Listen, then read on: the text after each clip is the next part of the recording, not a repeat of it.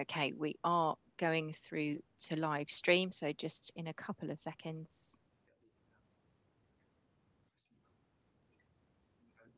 Lovely. Thank you, Chair. We are live streaming. You can begin the meeting. Thank you. Welcome to all for the first Performance and Finance Scrutiny Committee for this council year.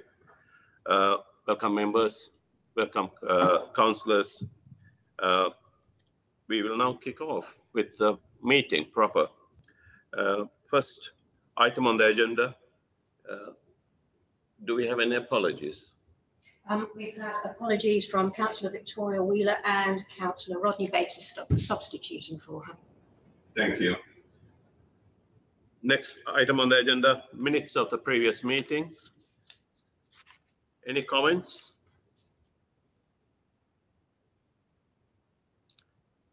Am I to take that it's approved? Can I have a show of hand, please? Great. All agreed. Thank you. So I will sign the minutes accordingly. Item number 4. Bigger part. Thank you. Item number 3, declaration of interest. Any declarations of interest, please? And Councillor Adams.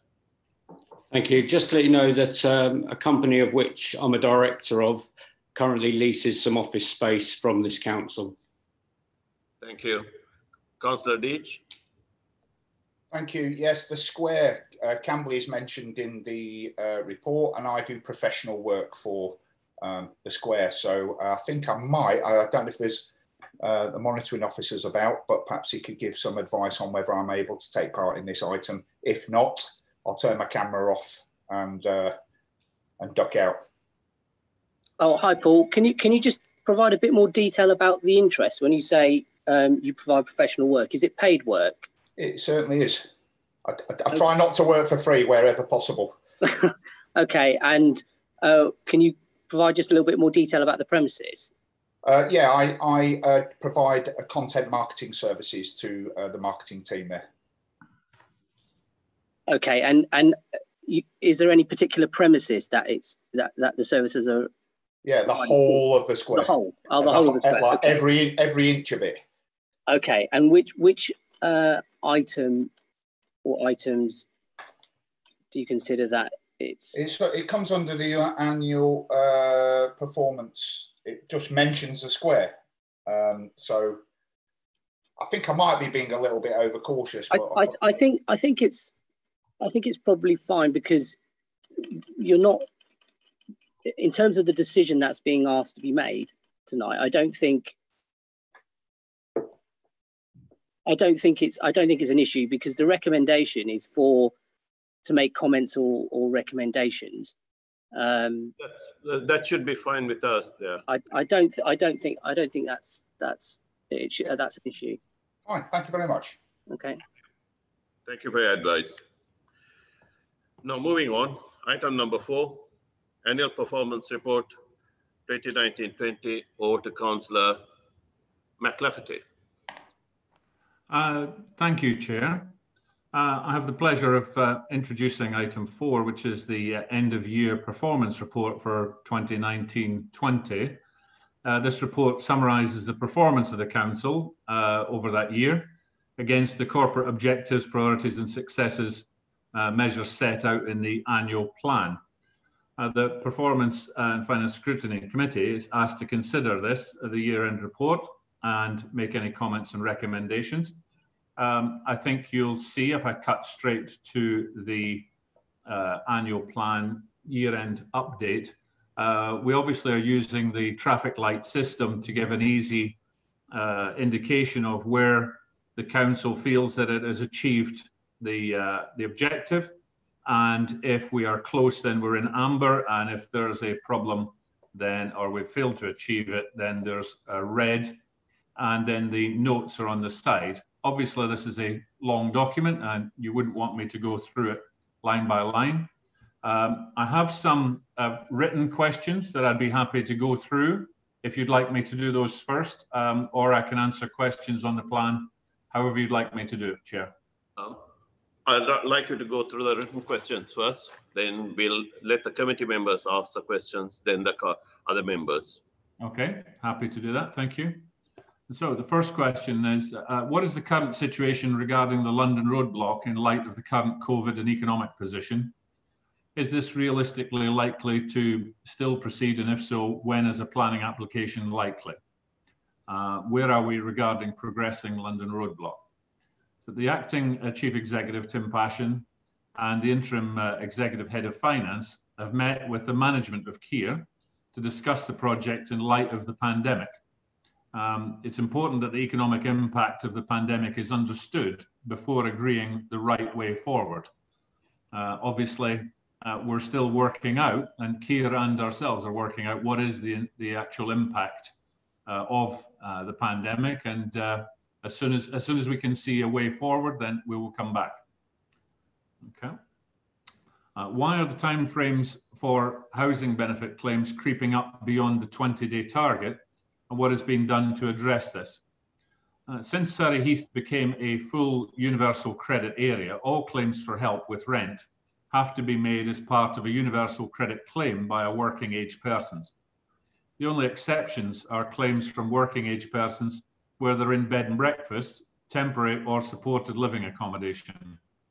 This has resulted in a lower number of claims which are by their very nature, take longer to assess.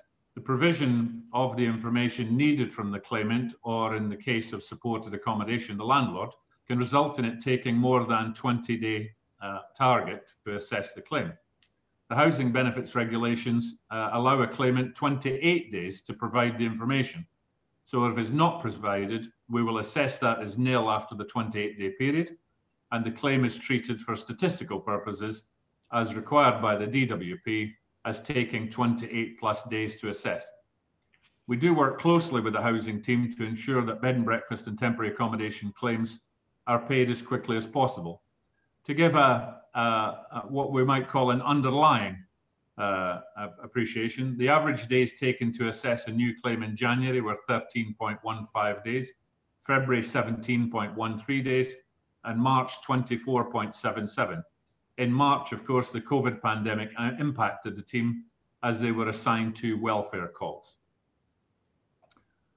The next question is, regarding local plan, we are stating that we don't have sufficient suitable land for future development. This means we don't have a 5-year land supply, although the planning committee still refuses applications recommended for approval by planning officers. The local plan is looking at how to balance housing supply and need over the next 15 years, and the resulting figure will determine the 5-year requirement. The current problem with the 5-year supply is that a planning permission has lapsed and applications consents aren't coming forward fast enough. Planning Applications Committee has to balance the presumption in favour of development and the need to maintain a 5-year supply of housing land against impact on the environment, infrastructure and residential amenity. Where it fails to do so or reaches an unreasonable decision, the Council will face costs at appeal, and members of the committee are very mindful of this. Next question is, why haven't we pursued making the best of our assets? As we return to business as usual, we are prioritising projects in light of the COVID-19 crisis and the Council's objectives to ensure our projects are making the most of our assets. Next item, question, how many possible investments have been looked at since the start of 2020? And the answer is 5 possible investments have been looked at this calendar year. Next question, and the final question, written question is, I thought the SHAPE programme had been abandoned. Please clarify. Also, the above applies to land east of Knoll Road project. And I can say that the SHAPE programme is now being run by Surrey County Council, and feasibility work for progressing the Lecker, land east of Knoll Road, is actually part of the SHAPE programme. That's all of the written questions. I'm happy to answer further questions from the committee. Thank you, Mr. Councillor McLafty. Can I ask us, the Section 151 officer, because there were three other questions or two other questions that have not been requested. Thank you, Chair. There are two other questions which may not be on Councillor McCafferty's briefing sheet. One is, has Berkeley Homes walked away from BHS store? The answer is no. The Berkeley Homes scheme continues to be built.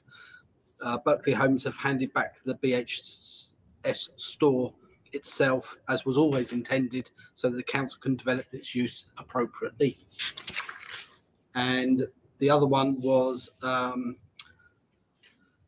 best way forward. How should the council engage with the local community and carry them with them in constructing a compelling, achievable and viable future for the town centre?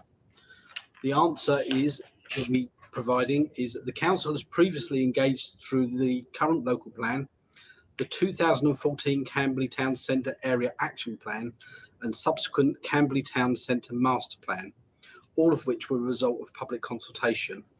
We are also now developing a corporate strategy for the town centre which pulls together the planning, economic, property and investment aspirations for the town centre, and which will include community engagement process as part of the process of producing it. Thank you. Thank you, Officer Little. Now, addressing to the committee members, are there any follow-up questions, please? For committee members first and then other members. Councillor Bates. Thank you, Chairman.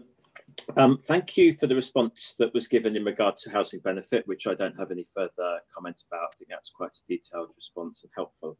However, the other question I submitted, which was in regard to the London Road block, which was also a similar question submitted by another councillor, is really not a very good answer at all. The whole point of submitting questions is to get detailed answers, and that was not a detailed answer in any way, shape or form. Now, the question I have is this. The London Road block for many years was the council's #1 priority, and residents and town centre businesses and councillors should therefore be getting a full update on where we are with it. Can I therefore ask the leader if there are issues of confidentiality, commercial confidentiality that can't be put in this meeting right now, can he commit to sending round a clear member update on a confidential basis so that we at least are aware of exactly where we are with this particular #1 priority of the council, so that we as councillors can be satisfied with the progress of it? Any other questions? Sorry, Councillor McClefty to answer. Oh, thank you. I thought I was going to have to write them all down there. So, Councillor Bates, I'm sorry you didn't feel the reply was sufficient. I would prefer to try and answer the question more fully. Perhaps if I could achieve your satisfaction, I don't know if I can. But the reason that the answer is, I think you described it as insufficient, is that we're still at this point too close to the COVID effect for us to give you an answer. The alternative would have been to say that if the has a downward effect on property prices, then we would do this. If it has a no effect, we do that. If Kier, their financial status affected positively or negative, there are just so many options that can come out of it. And I don't think we can even say that we're beyond the COVID-19 crisis to be able to get a feel for it, which is why it was as we might call a holding answer, because we don't know. I would like to say that, as I said in my answer, that the acting chief exec and the finance service head have met with Kier. Kier themselves are very, very keen to continue. We are very, very keen to continue. But both sides are asking the question, is this project one which we can go forward with? And we keep coming back to, we'll only go forward if it makes financial sense for both parties. Now, and I say, we haven't achieved that yet in terms of understanding. What I would be happy to do would be to commit to yourself and the other councillors, this committee, that I would be happy to either come back to the committee and do it in public where I can actually answer that question because we have some certainty, or if there's a development which is commercially sensitive, then I would be happy to put that out in private to the councillors. But I'm afraid it wasn't a stalling answer. It was an attempt at trying to explain that at this point in time, although both parties are keen for it to continue, we're not at the point where we can determine if it financially allows us to do that yet. Thank you. Any other Graham? Sorry, Councillor Tapper, please. Thank you, Chair. Yes, I'd like to ask a follow-up question, if I may, about the local plan, particularly the matter concerning the lack of, or apparent lack of, in the local plan of any plans for a traveller transit site, which has had a specific and a very severe impact in the case of the recent traveller incursions in Lightwater and at this very moment in Heatherside. I realise this is a hot potato which has been dropped regularly by successive administrations, but it's one that can't be delayed any longer. Our residents are not going to accept repeated incursions that take forever and cause distress and anger. Can the leader please comment on when we will actually get to discuss the availability of such provision that will relieve the burden upon the police and the council of making sure that such incursions are resolved almost immediately? Councillor McLafferty. Sure, thank you, Councillor Tapper. First of all, I couldn't agree more with what you're saying about these unauthorised encampments and the disruption they cause to law-abiding, sensible citizens. And it is it's beyond me to understand why this has not been tackled. And I don't mean in Surrey Heath or Surrey. I mean, I don't understand why the law actually allows this. But the law determines how we can progress. Now, I said 5 months ago when I became leader that this, I think you described it there as a hot potato. This hot potato has been juggled for quite some time.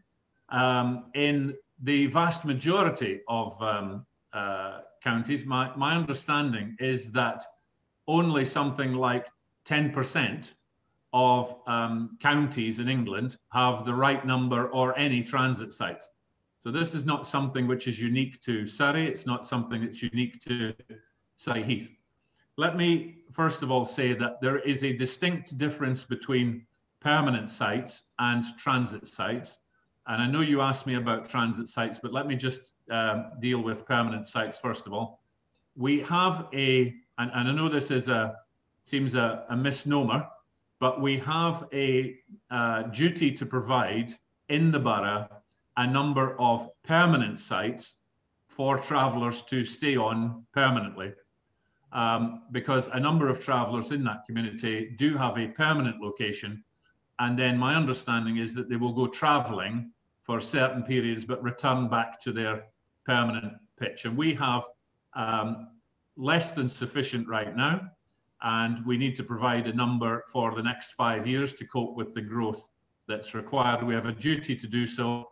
And we as a borough, the officers working in the local plan working group, which as you know is cross-party, one of the main items they have to do, along with housing and industrial space, retail space, they have to identify spaces where we could possibly put permanent pitches, and they are close to doing that. And we will be going out to consultation on any on sites that we have identified, or that working group has identified. Now, we also, of course, have a group, and I think there's something, I read something like 300,000 travellers who do actually travel around all the time, don't have permanents, and County Council has said that they require 2 travel sites within the county, and they've said one in the east and one in the west, because you want them across the borough. And you can say, in terms of hot potato, there's an issue, of course, with where those are located. So there's a double whammy. First of all, you have to find sufficient space which is correct and adequate for the use. And secondly, of course, it has to get through planning of whichever borough that it's placed in. Okay. And the county is working with the 11 boroughs in order to identify 2 sites. Now, a number of sites have been potentially identified as potential sites, and county is working with boroughs. I can say it right now, none of those sites have been identified within Surrey Heath, but within other boroughs, and they are looking to work with those boroughs in order to get them okayed, get them out to consultation, and then put through planning. But that is not a short process, as you can imagine. I'd also like to say that this is not the panacea. I've said publicly that transit sites would be an enormous help to us, because if there was a transit site in the west of Surrey or even the east of Surrey, and it was available, if we did have an unauthorized encampment, the police can then go to those travellers and say immediately, you need to not be here. We can escort you to a transit site. There's a couple of issues. Of course, there has to be space at the transit site, so it is possible that both are full, which doesn't move us any further forward in terms of that. But 2 transit sites have been determined by the county as what we need, and it would be 2 more than we've got right now. I've taken it on that I will go and work with county, and I've already spoken to Tim Oliver and the officer who is in charge of getting this through, and stress to him that there is a strong momentum from this council, and I believe other councils, to get this done. And I think there's a new momentum for it to happen. It's come to the top of the pile within county for definite. And I'm hoping that we will see that within the 6 months, at least to the point where it's been identified, or they've been identified, and they're out to consultation. And ideally, we're looking at planning permission. But then those sites would have to be built. Thank you. Any other questions from the members? Councillor Galford, please. Just thank you, Chair. Addressed to Councillor McLafferty. In light of what you've just said, are there any Gypsy Roma traveller representatives involved in those negotiations?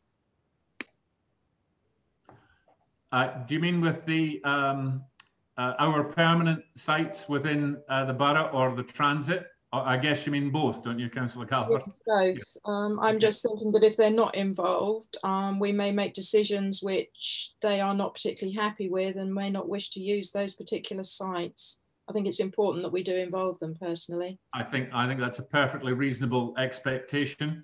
I can't say that within the borough right now, the working group, the local plan working group, does not have access to bringing anybody from that community in for theirs. They will be involved and specifically identified, as I believe we've done in the past, where when we go out to consultation, of course we go out and talk to residents in, if I may, bricks and mortar, but we have specifically, I believe in the past, we have contacts into that community, and we would consult with them heavily, because you're absolutely right. It's one thing to have them, and it's another then for the community that we're providing them for to then say, but that doesn't suit us.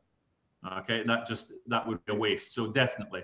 In terms of the transit sites, I think that would be the similar case where the county would expect whichever borough the sites, the 2 transit sites would go into, the 2 boroughs, for them to follow suit in terms of contacting that. But what I've done is I've made a note of that, and I am making sure that I'm on top of this to try and get it done as quickly as possible. And I will definitely be feeding into that group that we need to make sure that they're consulted. So thank you for that. Thank you. Any more questions from the committee members? Sorry. Officer Alloway, you had a question.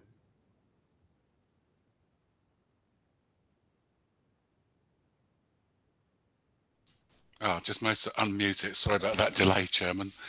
Yes, just in respect to the question about the local plan and the 5-year land supply and the planning committee, I can say as a member of the planning committee, I'm open to approving development that meets policies, and it's up to developers to build when permission is granted and put forward good quality schemes. The green belt, environmental impact and quality of life are priorities. I will not support poor schemes. Engagement with the councillors at pre-app stage should help successful applications at committee. So I think the point about the planning committee overturning or voting against officer recommendations is not a unreasonable measure when we find that it doesn't meet policies and it has poor impacts or really compromises the green belt. So it's really up to developers at the pre-app stage to involve local councillors and hopefully get a good plan that will come through and get approved no problem. Thank you. If I may, Chair. Yeah, please.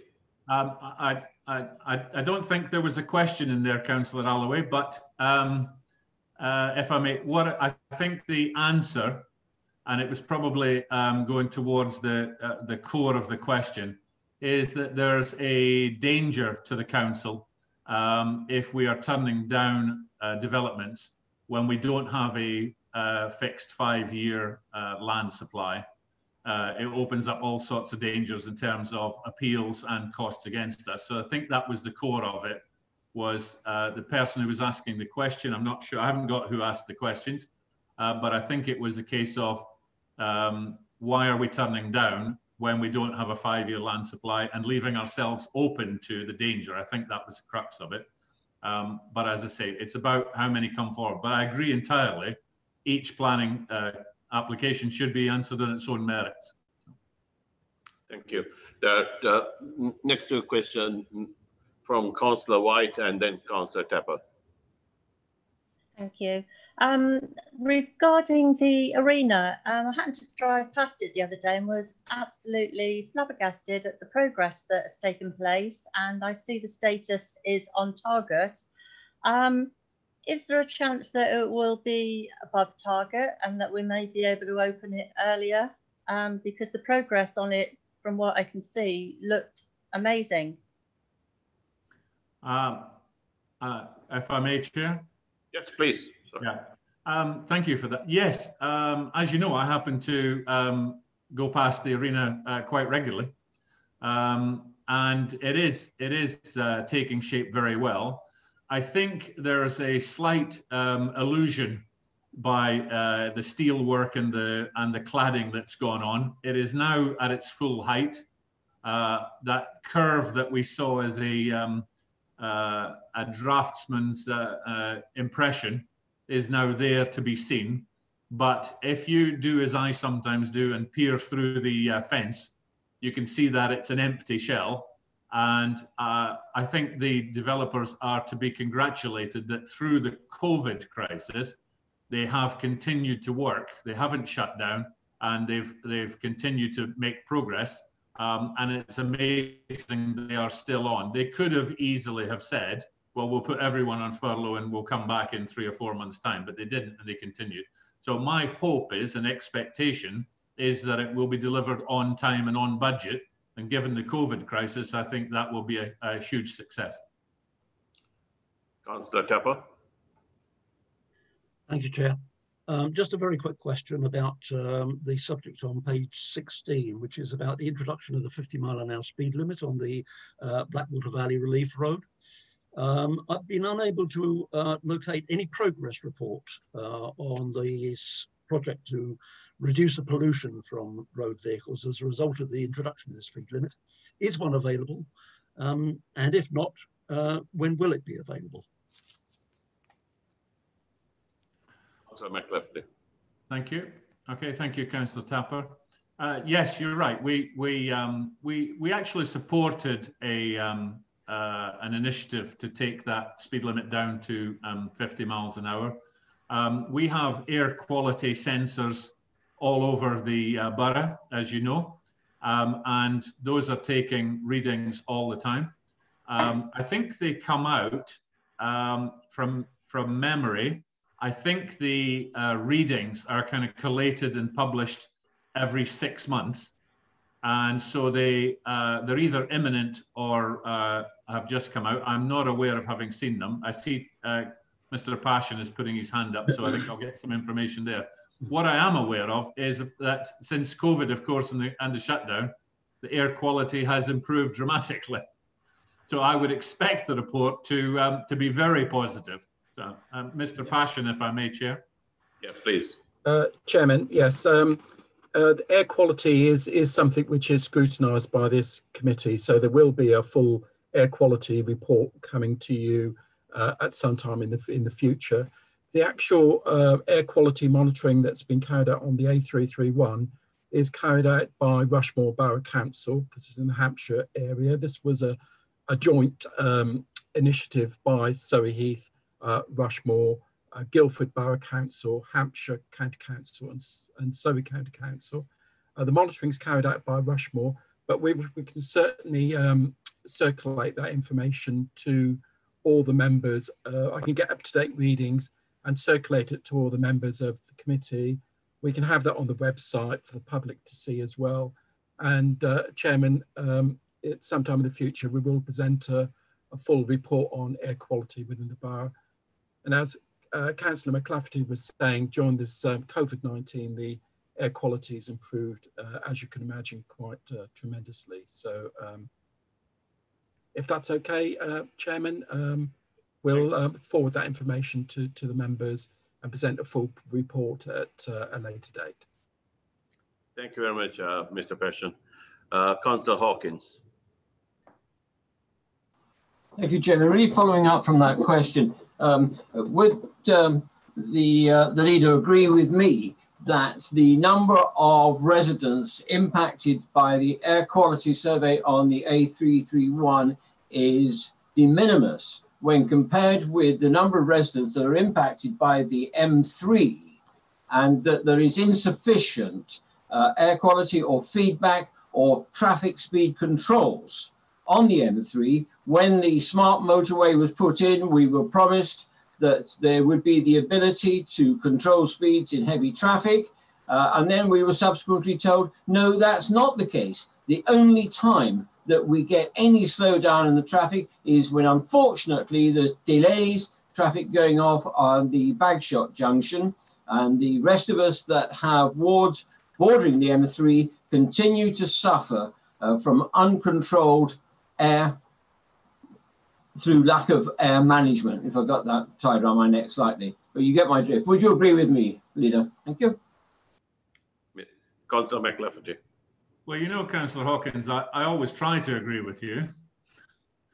But in this case in particular, I think I can agree in part, and that is that I think the people who live right next to the M3, the volume of people and the volume of traffic would be affected greater numbers than on the A331, as we were just been talking about.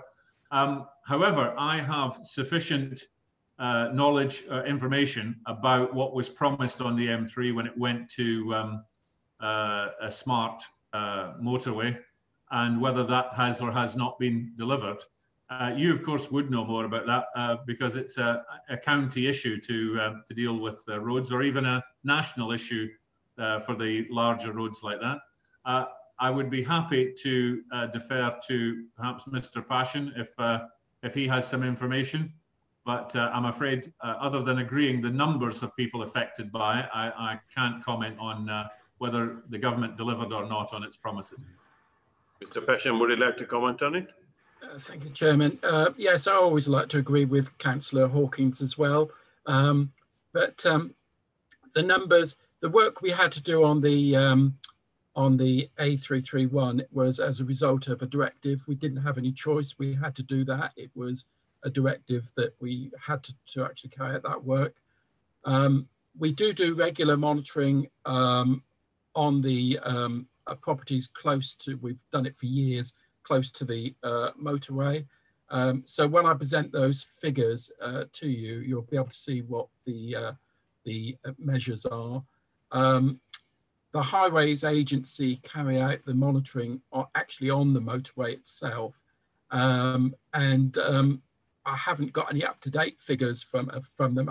Actually, I don't think we've ever received any information from them, but certainly that's information we can try to get hold of. I also agree with Councillor Hawkins is that there were great promises that there would be various measures carried out on the road, variable speed limits, etc., that would help control air quality. I'm not sure that that's actually been delivered. Thank you. Chairman, sorry, Chairman, would you mind if I came back very quickly to correct 1 or 2 points there? Firstly, Surrey County Council has no responsibility for the motorways. And secondly, Councillor Vivian Chapman, along with Councillor Josephine Hawkins and myself, fought a long battle to get the noise attenuation fences put in. I know Councillor White did further up the road. I see her nodding there. And the fences that were put in were quite frankly inadequate. They do not create the promised noise attenuation nor trap any noxious fumes. Yes, as Mr. Passion, we were promised an awful lot and nothing was delivered. We spent many years fighting that. Sorry, Chairman, barging in, and I promise not to do it again. Thank you. No problem. Thank you. Any more questions? Councillor Galliford. Thank you, Chair. I was just looking, obviously this annual plan was put together for last year, but looking at where it says environmental impact, I'm assuming that once the climate working group has put together a policy, that those objectives will appear on this annual plan. Second point, sort of similarly linked, in a way I'm quite pleased to hear that the SHAPE project has moved to Surrey County Council, because I was quite concerned when I looked earlier today that the website, which still says that it's organised by ourselves, is very much out of date. I'm wondering though, as presumably we are still members of the SHAPE project, what sort of pressure can we put upon, be that Surrey County Council or the other boroughs, etc., to ensure that environmental issues are looked at regarding the shared buildings and shared land, etc. I'm thinking of green energy, cycle walk paths, etc., etc. Okay, thank you, Councillor Galliford. Taking your first point, the objectives coming out of the climate change working group, I would anticipate that if not all, the vast majority of the targets would be. They have to go through a process, but I would see that they are adopted. As you know, the Council passed the resolution to take climate change and declare an emergency.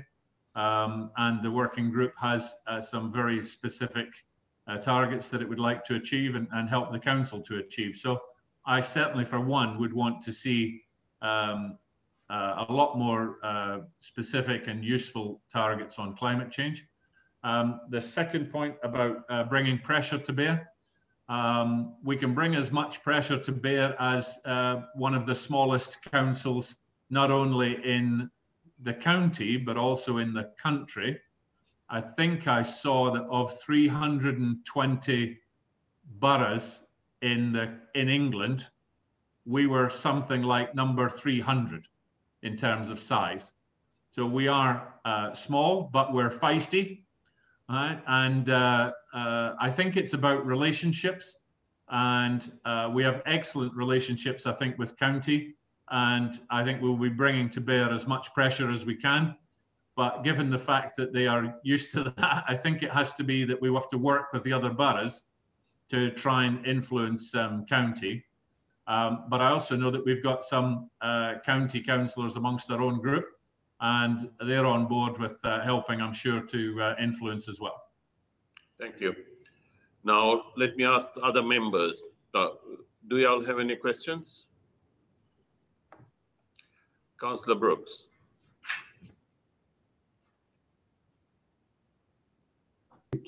Right, unmuted. Thank you, Chair. Yeah, it was just of the 5 projects looked at for investment purposes. Have any of those been taken any further, or have they just been looked at? Regarding the SHAPE programme, it would be nice to have some clarity of what is now included in that programme, because I understand that it's not as it used to be.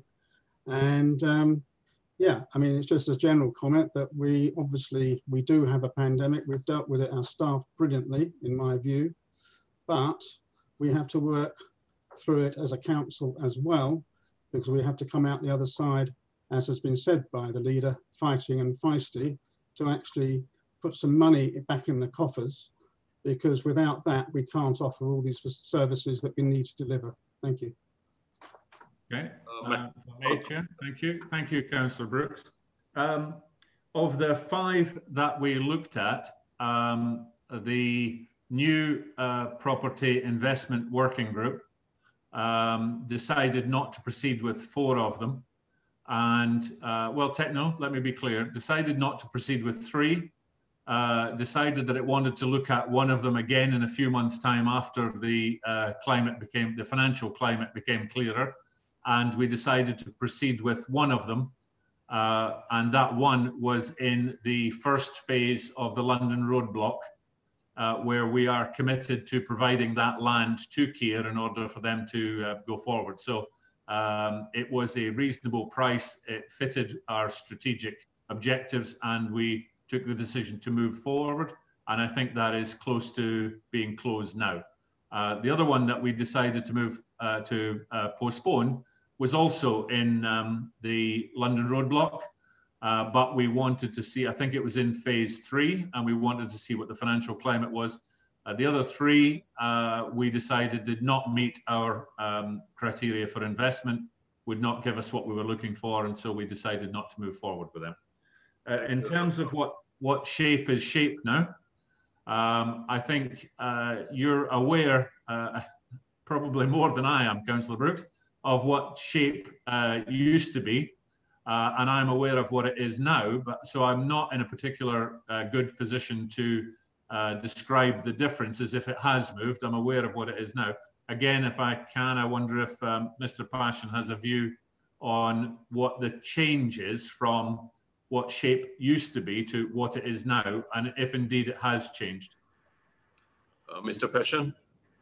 Thank you, Chairman. Well, the main thing is that it's managed now by Surrey County Council.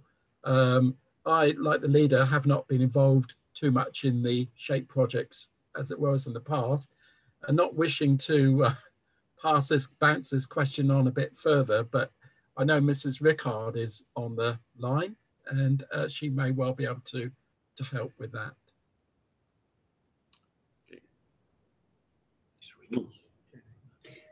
Sorry, Chairman, I have to confess I was typing an email. Can you repeat the question? If I may, Mrs. Rickard, Councillor Brooks was indicating that he believes that SHAPE has changed now. SHAPE doesn't look like what it did before, and was asking about what it now looks like. And I said, I'm only aware of what it looks like now, not of what it used to be. I wasn't aware that it had actually changed, other than Surrey County Council are now running it. So the question really is are you aware of any change in SHAPE from what it was, let's say, a year ago to what it is today? Well, SHAPE was actually a county-wide project. It wasn't just a borough council project. It was a project working with One Public Estate, where we had been asked to take the lead by One Public Estate to try and assist Surrey County Council with reviewing its entire property portfolio and trying to release sites for development and reduce the size of the property portfolio, because Surrey County Council actually owns over something like 900 sites. And so it was an attempt to try and reduce that property portfolio. With us at the lead, because we were seen as being a very, very proactive borough council that punched above its weight in terms of helping the government with projects. Surrey County Council have now picked up the lead on that project on a county-wide basis. So we've been able to step back, and I think they're also reviewing the sites they want to put in. So that's the shift in shape, really, is that Surrey County Council have picked up the lead from Surrey Heath Borough Council, but the project as a whole on a county-wide basis is still continuing. But obviously, as it continues, some sites will continue with it and some sites will fall by the wayside. Land east of Knoll Road site, which essentially for county was the library, Portersbury School and Hillside. Portersbury School and Hillside county is now looking actually to reuse to support the children's services function. So the sorts of functions which have always gone on up there will probably continue, and we're waiting to see what those schemes might look like. So really the only site now that's likely to be available for possible reuse is the library, if we can find a better site for that as part of the ongoing rethinking around and repurposing of other buildings in the town centre. So that's what's happened to shape in the borough and across the county. Does that help? I think it answers the question. Thank you, Mrs. Rickard. But I'm looking at Councillor Brooks to see if he's nodding. He does. Yeah, that's good.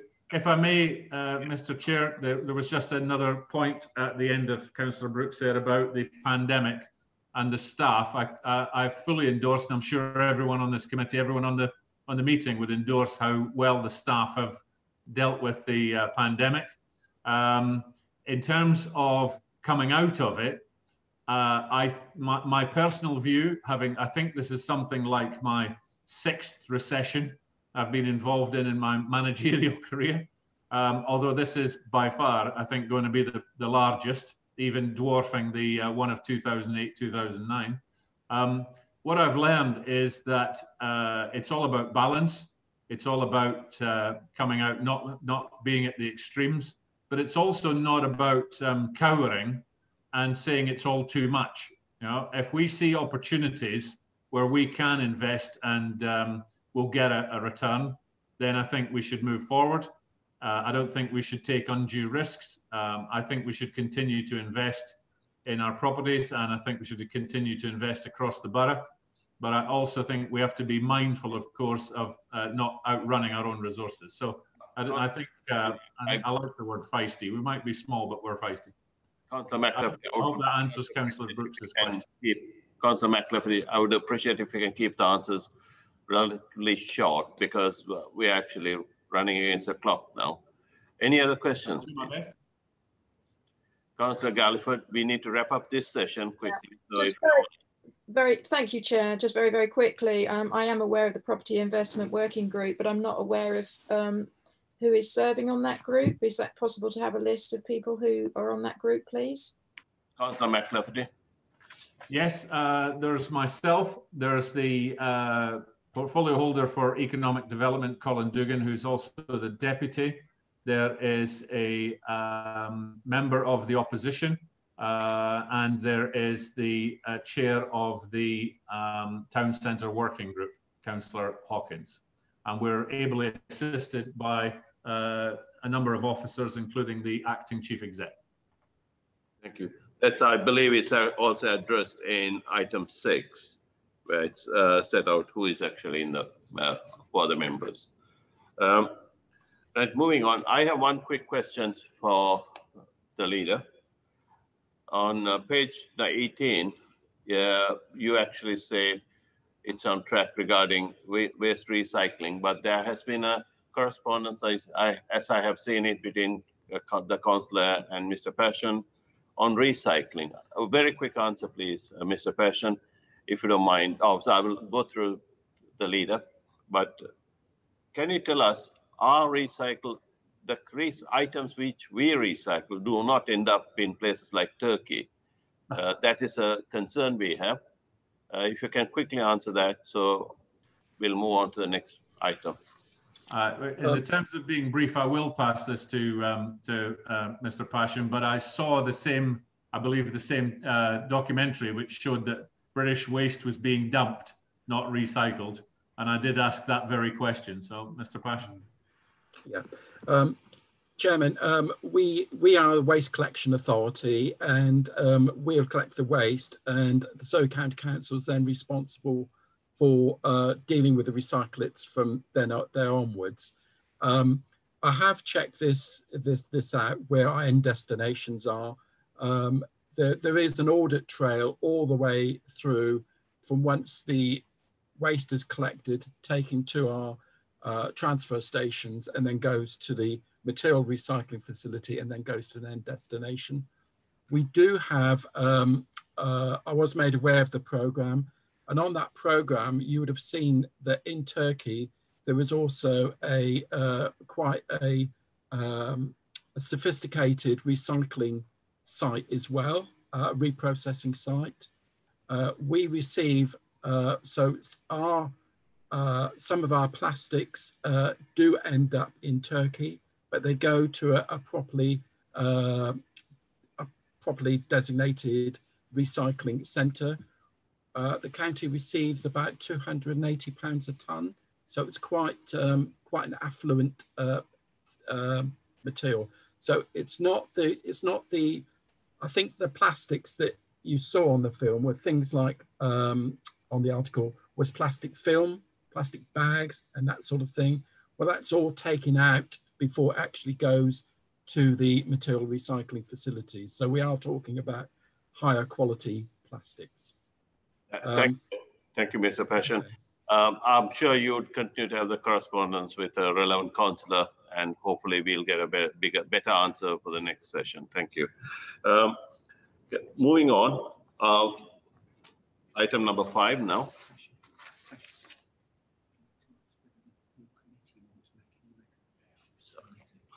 I've been asked, since this is my first chair, so I've been asked by the officer here, is there any recommendations from the committee regarding the items we have discussed? To the executive. To the exec? No. Okay, moving on. Thank you. Next is Councillor David Lewis, year-end finance report, please. Thank you, Mr. Chairman. Somewhat unbelievably, I've just had a message pop up telling me my internet connection is unstable. So if I suddenly go bad, please let me know and I'll try turning the camera off. Also, given the time, I had prepared a short summary of the paper, but would you prefer I went straight to the written questions? Yeah, if you can. No, well, I would suggest that most of you would have read the finance report. And if we can actually, just to keep it, to help out Councillor Lewis, if you can actually first start with questions which have been sent out to Councillor Lewis from various councillors and residents. If we can first answer those, then get down to the nitty-gritty of the numbers if there are any more questions to be answered. Is that okay with everyone? Committee? Okay. Right, thank you. Well, there's 4 questions been asked, so I'll just go through them numerically. The first was, the amount of abortive fees are noted. Is there a clear table somewhere of all the council's investments with their expected income, expenditure, profit loss, and any wider costs, such as abortive fees, so we can understand the portfolio as a whole? The response is, this will be looked at the next P&F meeting on the 2nd of September. We've allocated almost the whole of the meeting to discuss the property portfolio. Question 2, who sanctioned spending £120,000 on abortive costs? The response, Executive approved the undertaking of due diligence on the 18th of June 2019 and approved abortive costs, i.e. sunk costs, on the 19th of October 2019. Full council noted both decisions. Third question, to whom did we pay the money? Details of invoices are available on the council's websites, but the summary is 79,000 were paid to Clyde & Co for legal fees, 22,000 to Paragon for a structural survey, 12,000 to Savills for valuation, and 7,000 to Arlington Close for financial. Fourth question, how long is the £13.85 million in cash expected to last? The 13.85 million represented the amount of financial investments we had on the 31st of March 2020. The council has large amounts of cash passing through its accounts and manages these through robust treasury activity. Therefore, it's not a question that can be answered. Our cash is constantly being replenished. And that concludes the written questions, Chair. Any questions from the committee members first, please?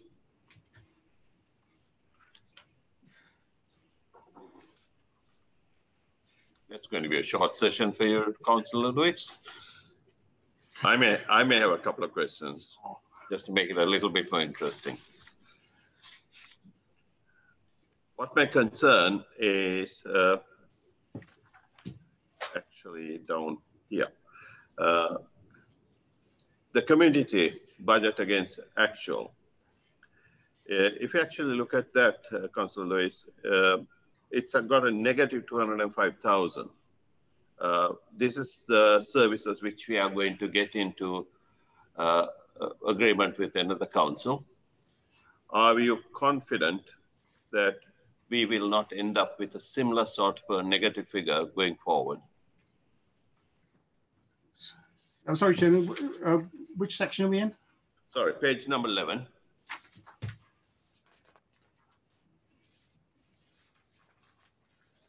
Sorry, Okay. it's not, we are already, sorry, this particular agreement is in place. This particular agreement is in place. This is the joint waste services.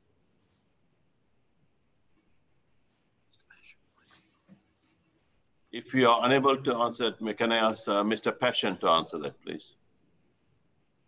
Yes, by all means. I'm actually struggling to find where you're talking, but yes, by all means, and then I'll catch up. Okay, Chairman, yes. So the actual contract, the waste contract that we are working in cooperation with 4 other authorities did actually save £2.5 million a year. The savings that were allocated to Surrey Heath Borough Council was about 300,000 a year. There is with these budget lines, there's loads of other budget lines. So this is actually the comments that we've got there is really summarising quite a complex situation there. But where we've got the CMO Surrey Heath Borough Council share, when we mobilised the contract in 2017, there was £180,000 which came from a waste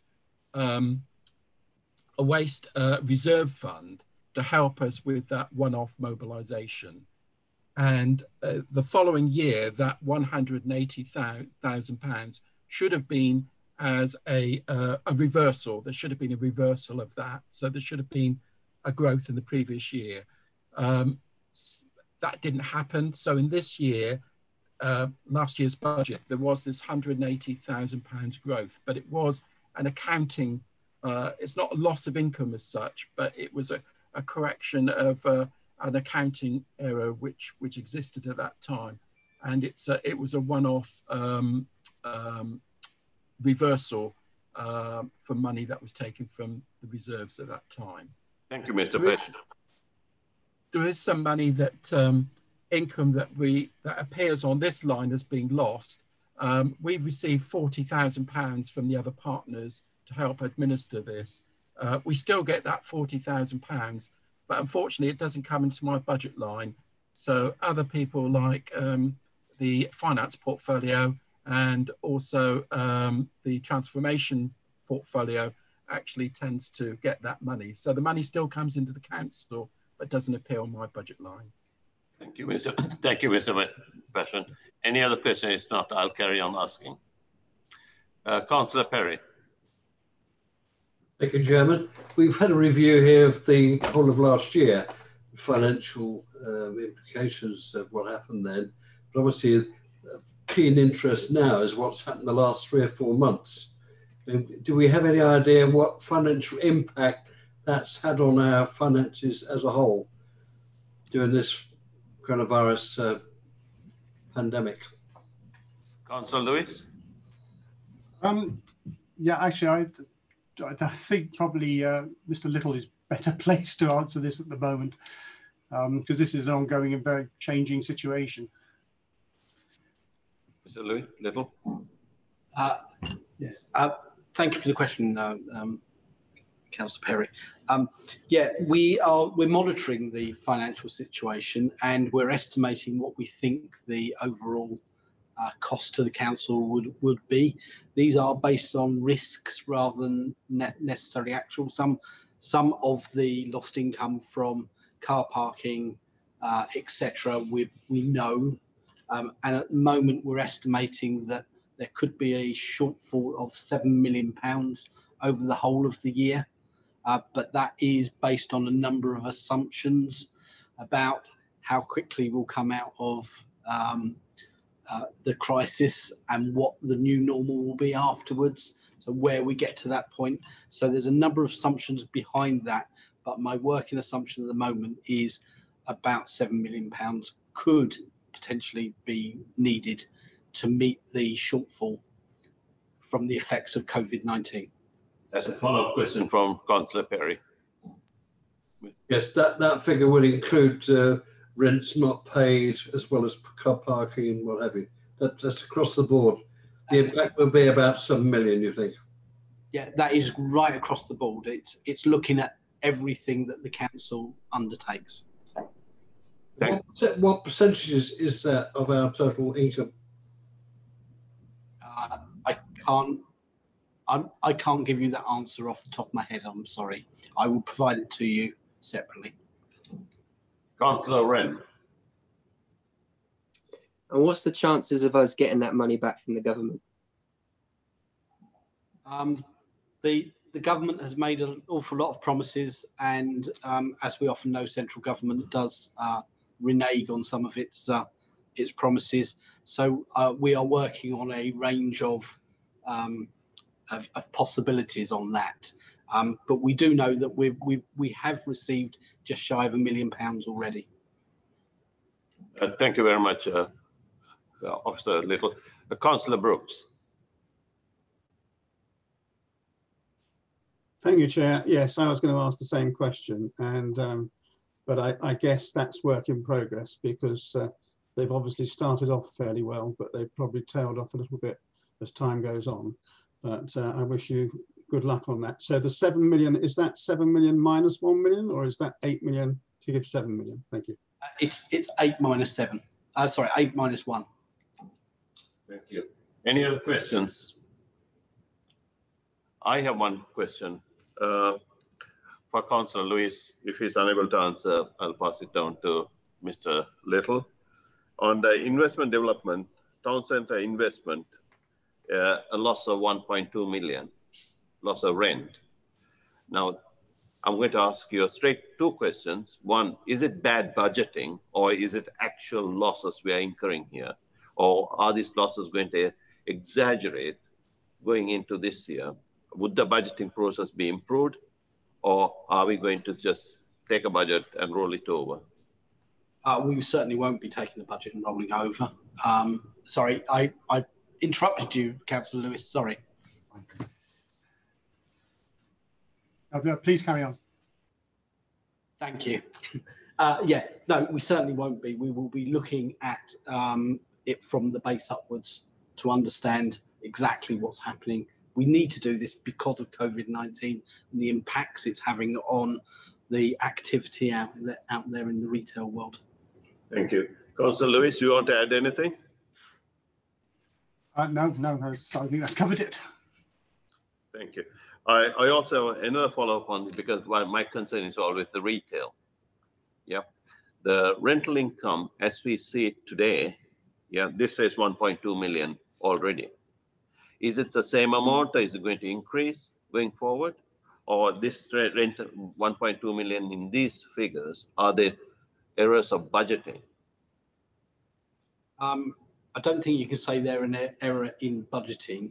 It's the difference between the original assumptions made when you created the budget and what's actually happened during the year. But we're now into a new budgeting year and different assumptions have been used. So there's no suggestion that that would necessarily be repeated each year. Thank you. Any other questions, gentlemen and ladies and gentlemen?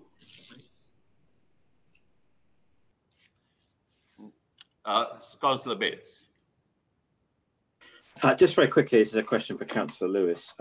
We've just heard that there's £7 million is our best estimate at the moment about the shortfall. So can I ask him, as the portfolio holder, which areas does he believe we will therefore need to cut as a result? Or alternatively, which areas are we likely to be getting additional income in order to find that £7 million? Because there's obviously, as he knows, no magic money tree. No, as a good Conservative, there is no magic money tree. At the moment, we can fund the shortfall through reserves, but then it boils down to how do we rebuild the reserves afterwards.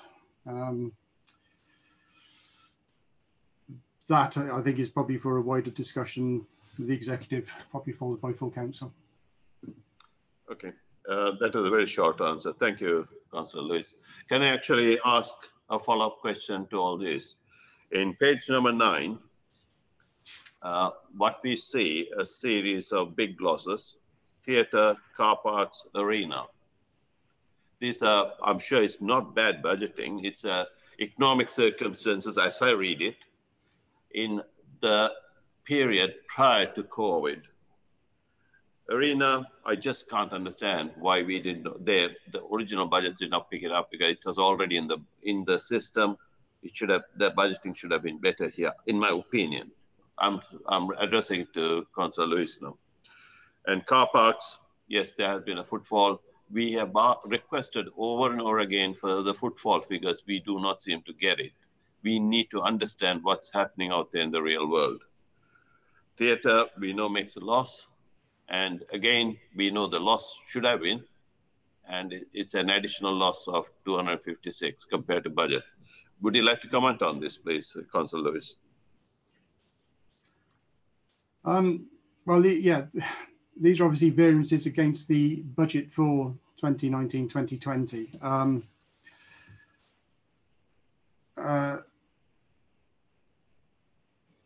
Yeah, there was a subsidy budgeted for the theatre, which didn't actually occur. Car parks, again, that's footfall. Hopefully, as the town centre gets rebuilt and all the new things happen, then hopefully that will increase. The arena, yeah, again, this is a budgeting issue. It's closed down. The budget for next year will not assume there's an income from the arena until it reopens. So yeah, it's the new budget year will not include that. We could be here. Sorry, follow-up question. We could be here for rest. Sorry, Mr. Little.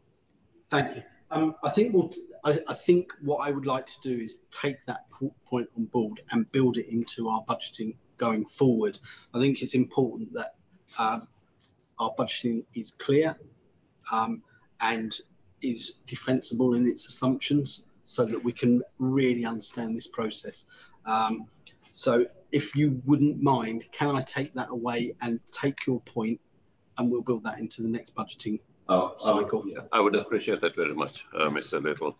It does actually bring us to a question that has been asked in by Councillor Bates about zero-based budgeting, which is under section 8, item 8 of the work program. And if you can maybe cover that off now, so we don't have to come back to that.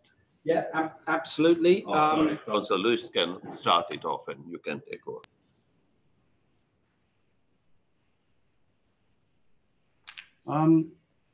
I have to apologise. I haven't prepared for this. You want Mr. Little to help you out? Yeah, yeah. If Mr. Little could take over, and I'll just quickly catch up. Okay, super. Thank you very much. Thank you very much. Yes. So zero-based budgeting. We've had an initial discussion at the corporate management team, and I'm going to do a further presentation to them of how this would work for Surrey Heath, with a look to implement it from later in the summer. Councillor Bates, that was your question. Do you have a follow-up, please? Just quickly, I mean, the whole point of this was actually an amendment that you moved, Mr. Chairman, and I'm just not clear at the moment to when will the members actually have any input into this process, because the whole this was raised clearly. Officers can only work on the priorities that members give them, and there needs to be a member priority session, either by the executive or this committee, in order to identify the areas that I think will then help Mr. Little in going forward. So perhaps that could be looked at and clarified as to when the members will actually be involved in it. Thank you, Councillor Bates. I would ask Mr. Little, not Councillor Lewis, to answer on this one, because the person who is going to be doing the hard work is Mr. Little. Mr. Little, do you want to add? Yeah, thank you, Councillor Bates. The short answer is yes, that's going to be part of the process that I'm recommending to CMT.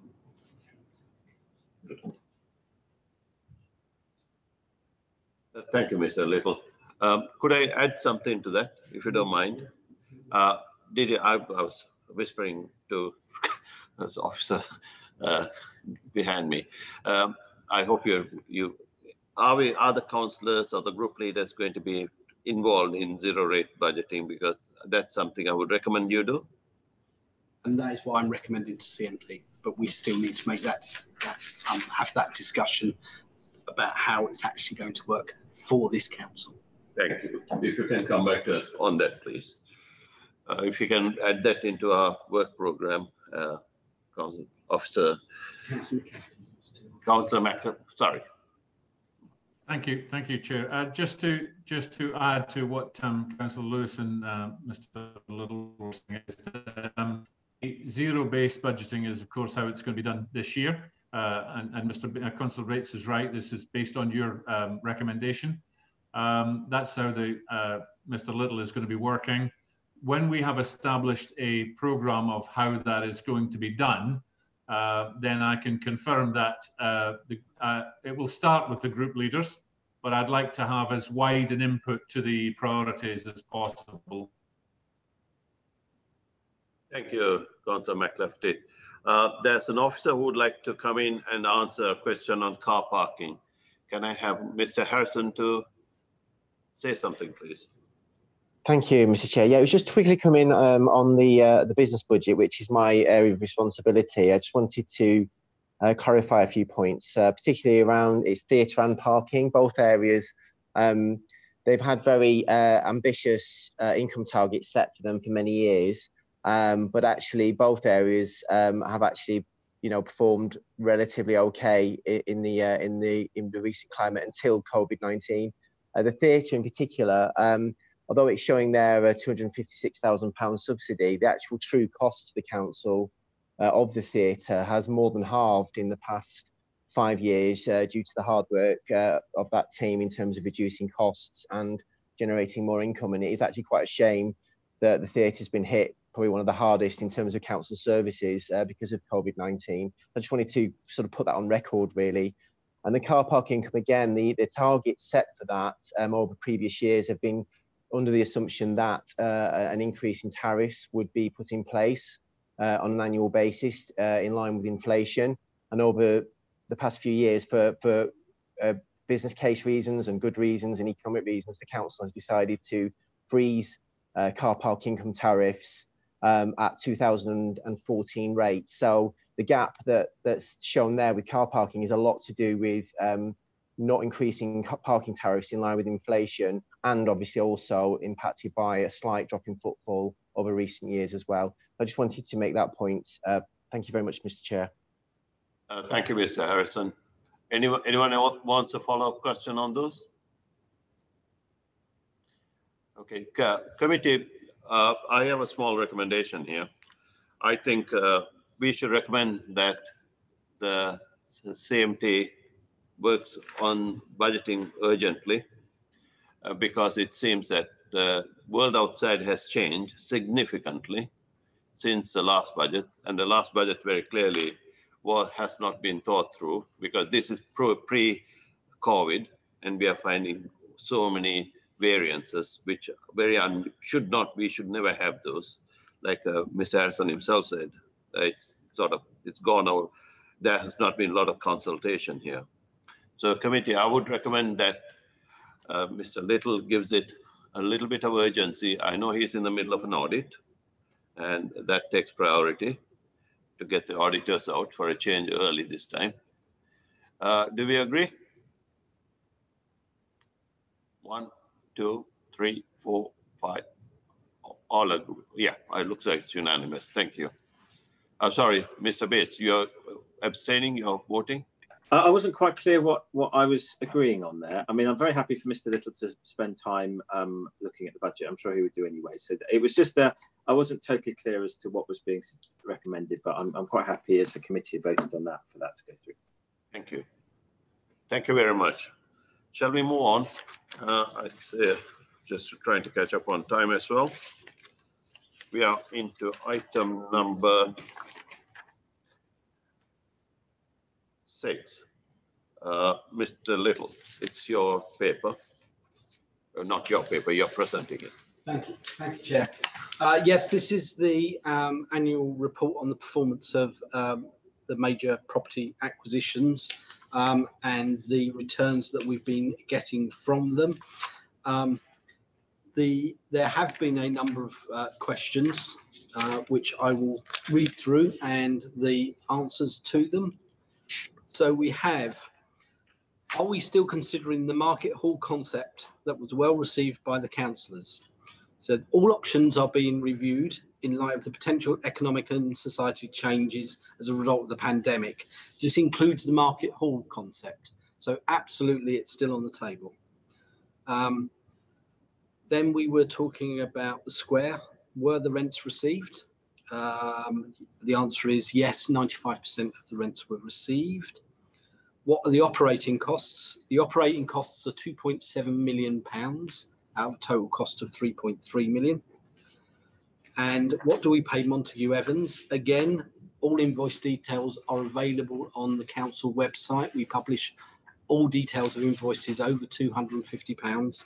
And the total amount that the council paid directly to Montague Evans was £34,000 last year.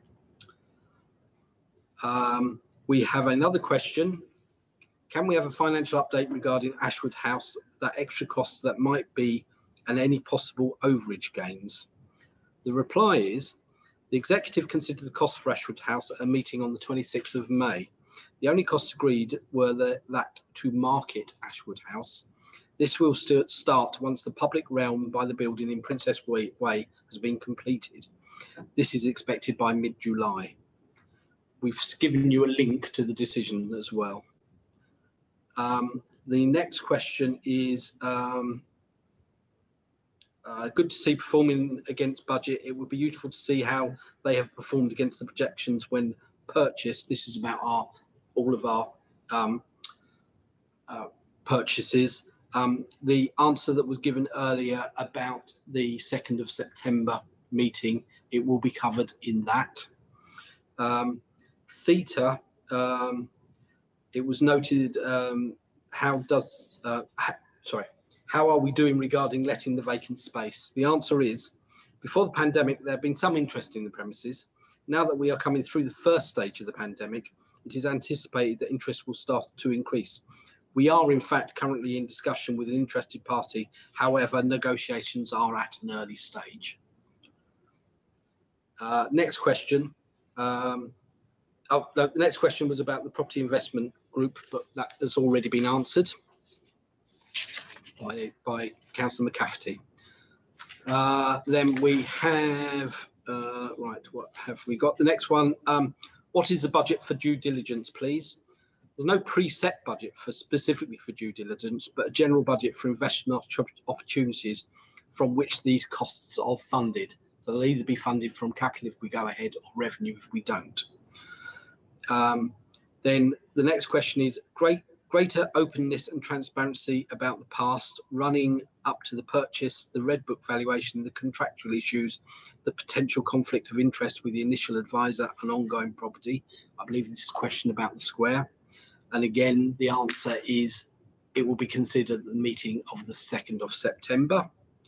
And the final question was a need to critically but constructively examine the financial situation at the point of purchase now and heading into the future.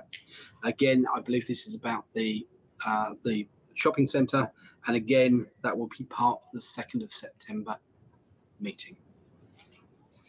Any questions for Mr. Little? Councillor Betton, who is a committee member, is first. Thank you, Chairman. Just a point of clarification. You said that 95% of rents were received. Is that 95% of the total amount of money that's due, or 95% of people who are due to pay rent paid? Could be a significant difference between the two.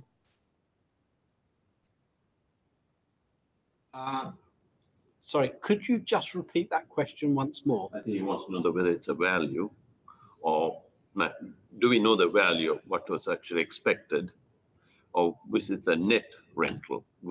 He was asking whether it's a gross rental or a net rental, 95%. Oh, yeah, I apologise. Thank you, Councillor President, thank you. Yeah, the answer is it was the net rental. That includes voids. I assume that's the implication here. Yeah. Sorry. So we got 95% of the rental income that we were expecting. Net rental. Yes, the net rental we were expecting. So we'd already built in the fact there were going to be voids. Okay. Oh. Right. Any other questions? Councillor Perry. Thank you, Chairman. I was amazed to hear that we only paid Montague Evans 34,000 last year. I thought it was several hundred thousand. Does that figure doesn't obviously include everything that we pay them? Consultancy, rent collection, all the rest of it. What is the actual figure we pay them gross, please? That's the actual payment the council made directly to them. Are you asking about the accounts for the JPUT? No, he's asking whether how much we paid. Yeah. The council directly 34,000. I do understand where Councillor Perry is coming. If you don't mind, Councillor Perry, for interrupting. Sorry, interpreting for you. Please carry on. You're online. Well, that's a very precise answer. Invoice to Surrey Heath Borough Council. I mean, do they get to collect the rent, take a percentage, and we only include the net figure? They definitely get more than 34,000 as a result of their involvement with us, I believe. That may have been me misunderstanding the question that had been put. I will get back to you on the details of all of the transactions that go on through for the square. Thank you. Thank you very much. All right. Any other questions? Councillor McLafferty. So just to add to Councillor Perry's question there, I think when you answered Mr. Little, you would come back to the committee with everything for Montague Evans to do with the square. I just want to be clear that that also includes any monies paid to Montague Evans via or by the JPUT. That was my understanding as well, Councillor McKenna. Okay. Yeah, thank you. Can I add something to that for Mr. Little before any other committee member? Oh, let me ask other committee members. Any questions from the committee members, please? No. And any question from other members? Okay, I have one question for you. Yeah. Could you also, while you're analyzing it, have a look at the Montague Evans's involvement and whether they were paid any other fees through any other source while they were evaluating various options or various properties?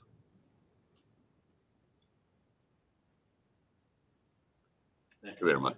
I'll take that on board. Thank you very much. Any other questions, folks? Sorry, gentlemen and ladies and gentlemen. Okay, moving on. It's earlier than I thought, because, sorry, just to add something to the whole property acquisition. It is at my request, we have actually moved bulk of the property discussion to the next meeting, because I'm sure it'll going to take us a little bit longer than the normal meeting would allow. So most property discussion will take place on the 2nd of September meeting. Thank you.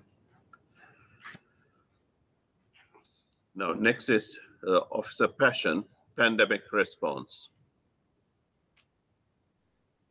Thank you, Chairman.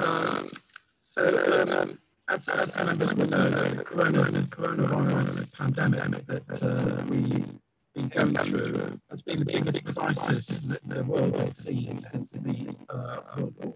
Mr. Passion, your mic is playing up. You're sort of Okay, can you hear me now? No, I think you may have to reboot your machine. I think it's something gone wrong.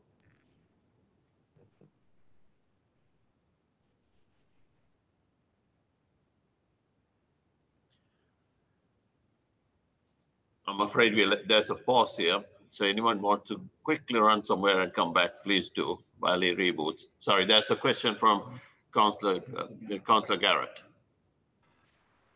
Chair, can I just have clarification? I've heard the 2nd of September mentioned a number of times this evening. The forward plan I've got is the 9th. Can you just confirm if it's the 2nd or the 9th? Thank you, Vice Chair, for helping me out. So it is the 9th, not the 2nd? Yeah, 9th. Cool. Officer Passion, are you ready? I'm sorry for that delay. Can you hear me now? Yes, thank you. Good. Okay. Thank you. As members will be aware that the coronavirus pandemic that we've all experienced is the biggest crisis that this world has seen since World War II.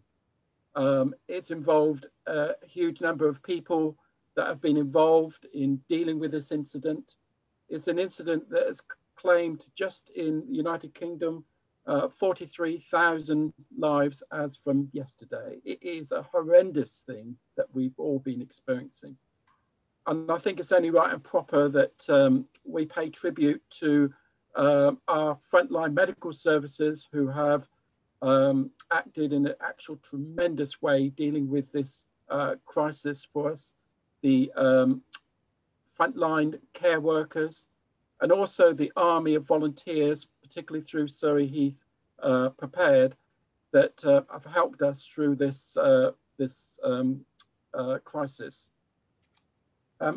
We are a Category 1 responder under the Civil Contingencies Act, and as a result of that, Surrey Heath has been at the forefront of the response locally and also county-wide for this response. And I'm incredibly proud of how the officers within this council have responded to this crisis. They've all, in a very short period of time, they were redeployed from their normal, quite comfortable jobs into really acting in a very tactical way in dealing with this crisis. We are now, the number of cases each day is reducing, and thankfully the number of deaths that are occurring have reduced, and we are starting to look at recovery. Although we're also focusing on the response, we're looking at recovery, and it's appropriate at this stage for us to stop and take stock on what we've done. So we've had a debrief on how we performed so far, what we've done. We've looked at the things that have happened that have done well, and we've looked at the lessons that we've learned from this. And all of that information is in the report, Chairman, in front of you today. I think on page 32 of the report, you will see that very early on, we formed an incident management team that I chaired, and the incident management team was the corporate management team plus some other officers that we needed to assist us in strategically running this operation. And the incident management team also included representatives from Surrey Heath Prepared and the police. And having all the relevant partners within that incident management team, which at the peak of this, this crisis were meeting on a daily basis, including at weekends, it was absolutely fantastic that we had those people in place, because we were really joined up in the way that we were tackling this crisis. I was assisted by Mrs. Sue McCubbin, and she ran the next phase, which was the tactical operations. So Sue looked after all the tactical work we had. And then under there, we had a number of what we call bronze, the operational side. And the biggest of that was the welfare cell. 82% of our staff at one time was involved in responding to this, and quite a large number of them were working in the welfare cells, where they were phoning vulnerable people on a daily basis, including weekends, whether checking on their well-being or any assistance they needed. We also had quite a number of runners that would go out and deliver food and also deliver prescriptions and try and deal with their needs. Very often, the officers that were doing those calls were also trying to do with their day jobs as well. So very often, as you were going through the council, you would see people, for instance, in the democratics team, actually writing up minutes of meetings, but also phoning up residents, vulnerable people. And very often they became, they befriended them, and they got to know them quite well. And some of the conversations they had were not easy. And some of it was quite distressing, and they handled that extremely well. And I've had a large number of letters from residents that were extremely grateful for the calls that they had. We also had a corporate cell which tried to keep all the critical functions going. And you'll see at the bottom of page 32 and the top of 33, the number of critical functions that we continue to run.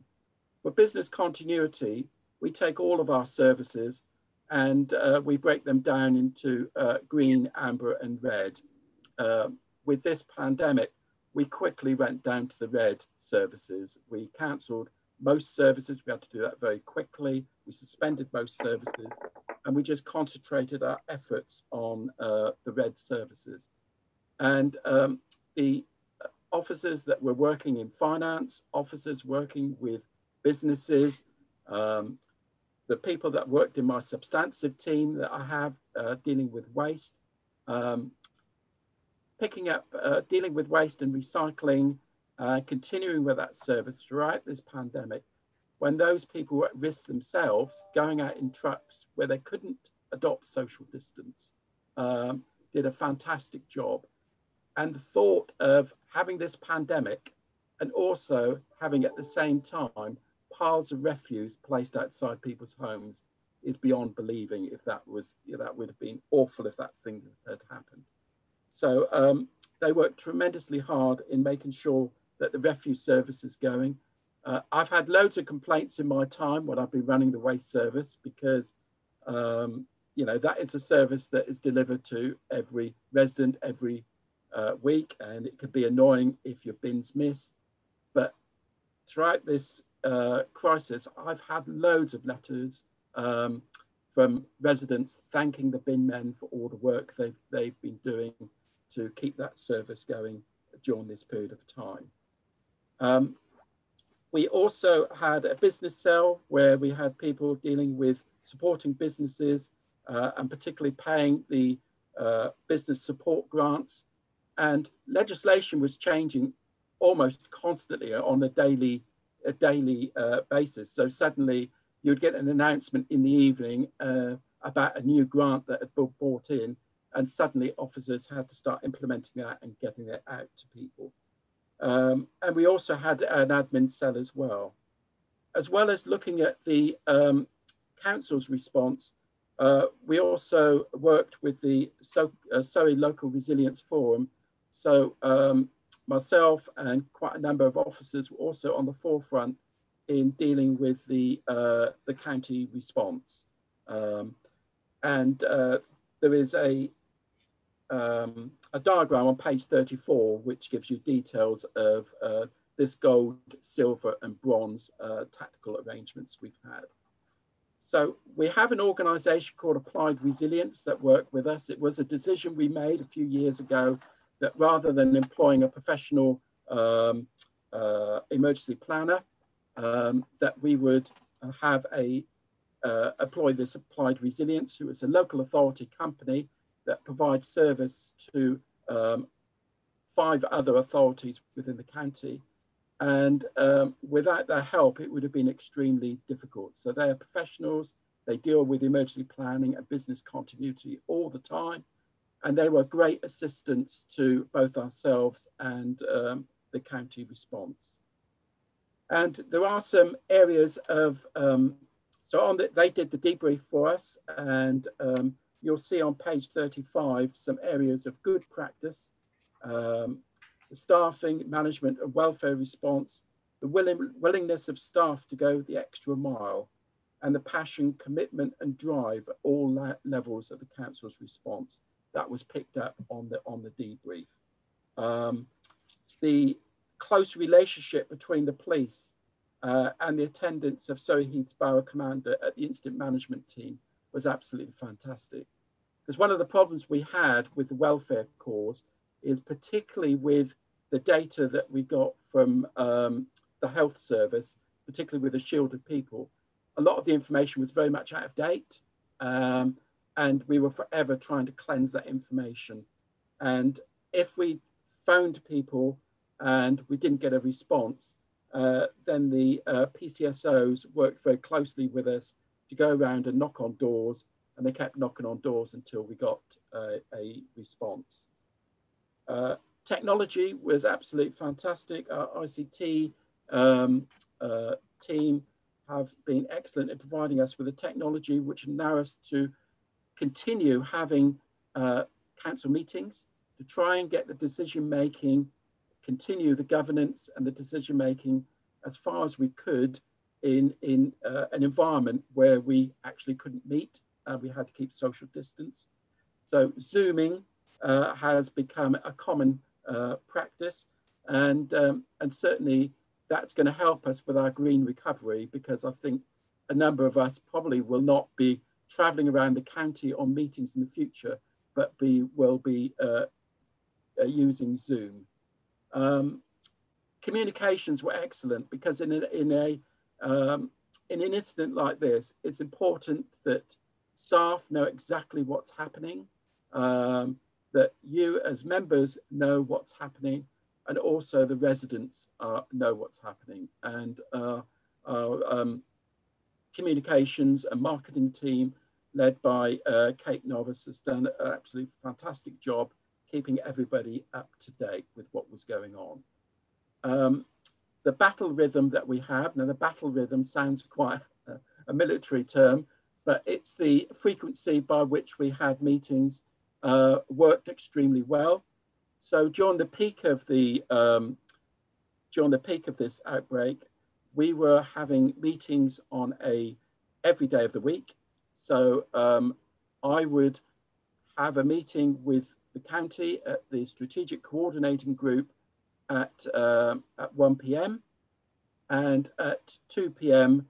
I'd have a meeting of our incident management team so that we got good communications down. And before my meeting at 1 o'clock with the SCG, Sue would have her meeting with the tactical group. So the battle rhythm worked extremely well. In the early days, it was really, really hard, working 7 days a week and continuing with those calls was quite demanding. Fortunately, that has got a bit quieter, and we're having a bit of a rest at weekends now, which has been difficult up to now. The learning points that we had is staffing and management. It's really getting people to understand those critical functions. And I think in future, we need to make sure that people are quite clear on what functions we can continue to run, both so that all the officers, because everyone wants to continue running their service, and it's important that they know, well, actually, do you know what, you've got to leave that now, and you've got to concentrate more on this thing. So there was a misunderstanding sometimes with the critical functions. And I think in future, we also need to make sure that you as members are well clear and are bought into what we can run and what we can't run. There were extreme pressures for quite a lot of people over a significant period of time. Most of these incidents that we tend to get involved with are things like floods.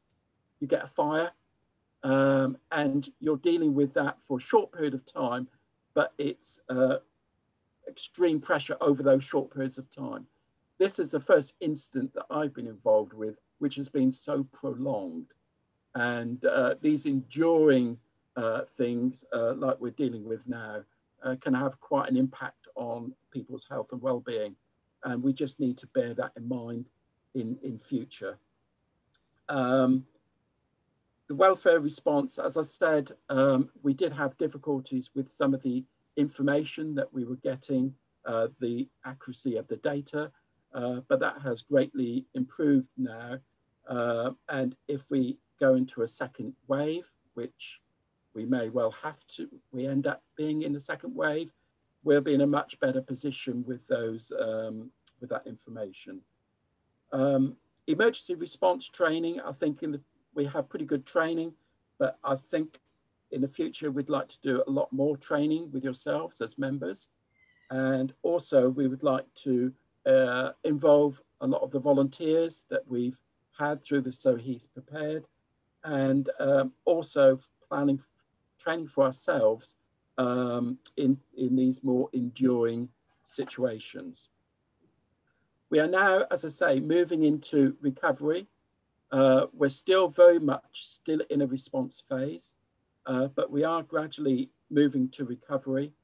As far as the response phase that we're still in, our main concentration at the moment, both within the Local Resilience Forum and here more locally at Surrey Heath, is the test, track and trace, and also local outbreak planning. So that is our concentration now. So if we had a local outbreak in a school, a care home, a workplace, we need to concentrate on how we would actually deal with that so that we can deal with localized incidents. Members, I've probably spoken enough really on that, and I probably could go on for quite a considerable period of time. I would just like to sort of emphasize how hard people have been working. I think they've done a marvelous job. You know, we've said over and over again about how hard the volunteers have also done and how closely we work with them, and that's true as well. Chairman, I'd be pleased to answer. There is a question that was risen, but I'd be pleased to answer any questions or deal with any comments. Thank you, Mr. Passion. Before I hand over to the floor, I really would like to congratulate you and the officers and the entire team for a fantastic work you folks did. Of course, as you know, I've been involved as well, but you folks have done a very, very good job. Well done, all of you. Thank you, Chairman and members. We really do appreciate it. Managed to keep the council ticking over. Really good. Thank you. Questions, please. Committee members first. Mr. Wren. Thank you, Chair. Yeah, and I just want to express my thanks as well. One of the things I was going to say is my mum's a shielder, and she had a really lovely call from the council. So a very big thank you from me. Just two questions really, and I guess one of them is actually quite topical, especially around localised lockdowns, with Leicester's just currently in lockdown at the moment. Obviously, I'm not expecting you to have a full answer, and possibly some of those details are being worked on at the moment. But what strategic planning is there for a localised lockdown? What does that look like for our local economy and businesses? And also, how does that look for our local hospitals? And a second part question, I don't know if this might be for Mr. Little to answer, which is around council tax. During this period of time, obviously, members of the public have been struggling. Now, it's my understanding that council tax has actually been okay during this period of time, that we've been receiving it. But one thing I want to know is clarity on how has that been going? And also, what's that going to look like going forward when we have about 13,000 people in Surrey Heath on furlough? If some of those jobs go when furlough goes, how is that going to impact on council tax and the struggling residents that we have in the borough? Thank you. Thank you. Councillor McClafferty, would you like to answer that before you hand it over to Mr. Passion? Sure. I think one of the things that we considered for a long time was whether we should take the decision to go into a formal holiday on council tax. And there was a lot of debate. We went backwards and forwards on it. And in the end, we decided not to. And I think that was ultimately the right decision. Everything that I'm being told about what's happening is people are continuing to pay their council tax. You're absolutely right, Councillor Wren, that what happens when, and it's inevitable, it's not, I don't think I'm saying anything out of turn, that when the furlough finishes, a lot of employers have already given their employees notice that they're finishing and going to be made redundant. And that inevitably has an impact on their finances. When I asked the question, has this, what's happened in the past, and I'm not, I'll just put a caveat, I'm not entirely sure the past is a good indicator of the future anymore, but we have continued to receive a very, very high percentage, above 90, of council tax and the business rates of people who are due them. So I would hope that we would start to see the same thing, but I'd be very happy to hear another opinion from an officer on your question a bit more fully. So I want to hand it back to Mr. Passion. There was two parts to that question. Mr. Passion, would you like to come back to Mr. Wren or Councillor Wren? Yes, I certainly would do. And Councillor Wren, I'm very pleased that your mother was had this. You know, we're pleased that we were able to assist. As you say, most of the work on the response at the moment is being ready and prepared to deal with localized outbreaks and to deal with you know, a localized outbreak. So if we have to introduce a lockdown, so it's a huge amount of work that health are doing at the moment. There is a huge amount of work which the intelligence cell within the LRF are working on this, and they're certainly looking at what's happening in Leicester. There is also data on the moment on particular hotspots connected to postcodes. There are no hotspots in any of the postcodes in our area, but there are in other parts of the country which people are keeping an eye on. Really, the key to it all now is this local outbreak plan, which was published yesterday, and that's been circulated now. We're working on that, and also the test, track, and trace, and particularly these mobile testing units, and getting these mobile testing units as local as possible. We've been asked if we would provide sites for this, and Eugene and Daniel have been looking at using our Yorktown car park as a site for localized testing. So hopefully that's helped. I'll say that is our main emphasis at the moment in working through how we would deal with a localized outbreak. Just very, very quickly, sorry, Chair, would we be able to, as councillors, be able to see whatever the plans are, just so we have an idea or an indication of what it looks like for the borough? Yes, absolutely. And I think Councillor McClafferty, I think you may well have been sent, I think the leaders had received a copy from Councillor Tim Oliver this afternoon, but certainly we can make sure that everyone has a copy of that plan. But it's a live document, and we're learning on an hour by hour, not just a day by day basis, but an hour by hour basis, and it's constantly changing. Yeah. Thank you very much, Mr. President. Now, Mr. Councillor Adams, Councillor Deach, and then Councillor Hawkins. Councillor Adams. Thank you, Chair. Firstly, thank you, Mr. Passion, as well, and please do pass on my thanks to the entire team at Surrey Heath for their sterling work throughout this unprecedented time. My question was in regard to the private company Applied Resilience, and I just wondered if you may not have the answers right now, but if you could let me know how much it has cost the council to work with this company, and whether we pay an ongoing constant retainer to them, or whether it's a one-off cost per emergency. Thank you. Now, I don't know the exact amount, but I think it's about 28,000 a year we pay. So we used to, and it is a continuous payment, a year-on-year payment. It's a contract we have for 3 years. It's a service that started with officers working for Runnymede and Spelthorne Borough Council, and they were emergency planners, and they set up a local authority company, and since then they have, I'll say it's now 5 authorities that have that. Does that help? Yeah, that's fine. Thank you. Yeah. Thank you very much, Mr. Passion. Councillor Deach.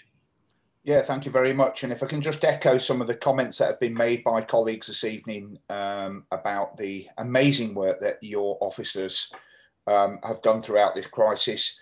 I know that a lot of them get paid for the work that they do, or all of them get paid for the work that they do, but absolutely, from what I could see, they all went above and beyond the call of duty. And I do know that many of the residents that I've spoken to have said that especially children of elderly parents that are on their own, and those calls meant so much to them, you know, and it was very reassuring, not just to the residents themselves, but also to the children who may not have lived locally. On that, if I could just give a bit of feedback, because I'm aware that these calls that officers made, I think, if I remember right, there was a figure of about 3,000 vulnerable residents in the borough, if that figure rings a bell. It's an enormous amount of phone calls. And you said that police officers or neighbourhood support officers visited those families that they couldn't get through to.